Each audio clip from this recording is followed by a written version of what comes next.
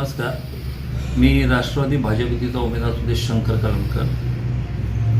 प्रचारादरम्यान एक तर प्रचाराला खूप कमी दिवस भेटलेल्या दिवसामध्ये प्रत्यक्ष लोकांच्या मतदारापर्यंत पोहोचण्याचा मी खूप प्रयत्न केला. जवळजवळ 90% लोकांपर्यंत मी मतदारापर्यंत पोहोचलो आणि स्वर्गीय अण्णासाहेब सावंत, स्वर्गीय माणिकराव जगताप यांचे आशीर्वाद, त्यांनी केलेलं काम, महाडमध्ये केलेलं काम, त्या कामाच्या विषयावरच आम्ही प्रचार दरम्यान पुढे घेऊन गेलो. लोकांपर्यंत पोहोचल्यानंतर माझ्यासोबत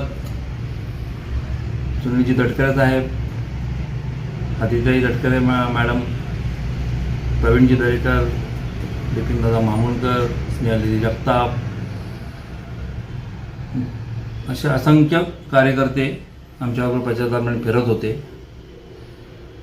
महत्त्वाचं म्हणजे गेले विधानसभेच्या दरम्यान सगळी सत्ता विरोधी पक्षाकडे होती. भाजप त्यांच्यासोबत होतं. आमच्याबरोबर तटकरे साहेब पण नव्हते. तरी महाडमध्ये खासदारकीला आम्ही 1600 मताचं लीड घेतलं.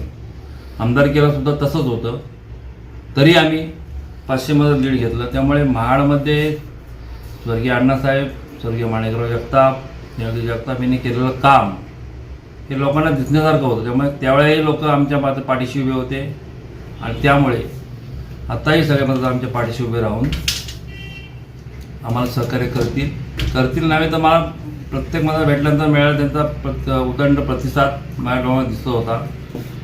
प्रचार दरम्यान मोठं काही 2-3 ठिकाणी कॉर्नर सभा झाल्या.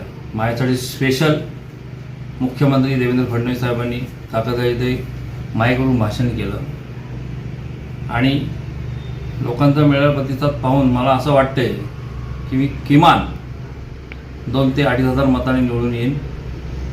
मीच नव्हे तर माझ्यावर असलेले सर्व उमेदवार हे चांगल्या मताने फरकाने येऊन एकूण 20 उमेदवार आणि मी 21चे 21 आम्ही निवडून येऊन महाडमध्ये आमची सत्ता येईल असं मला वाटतं.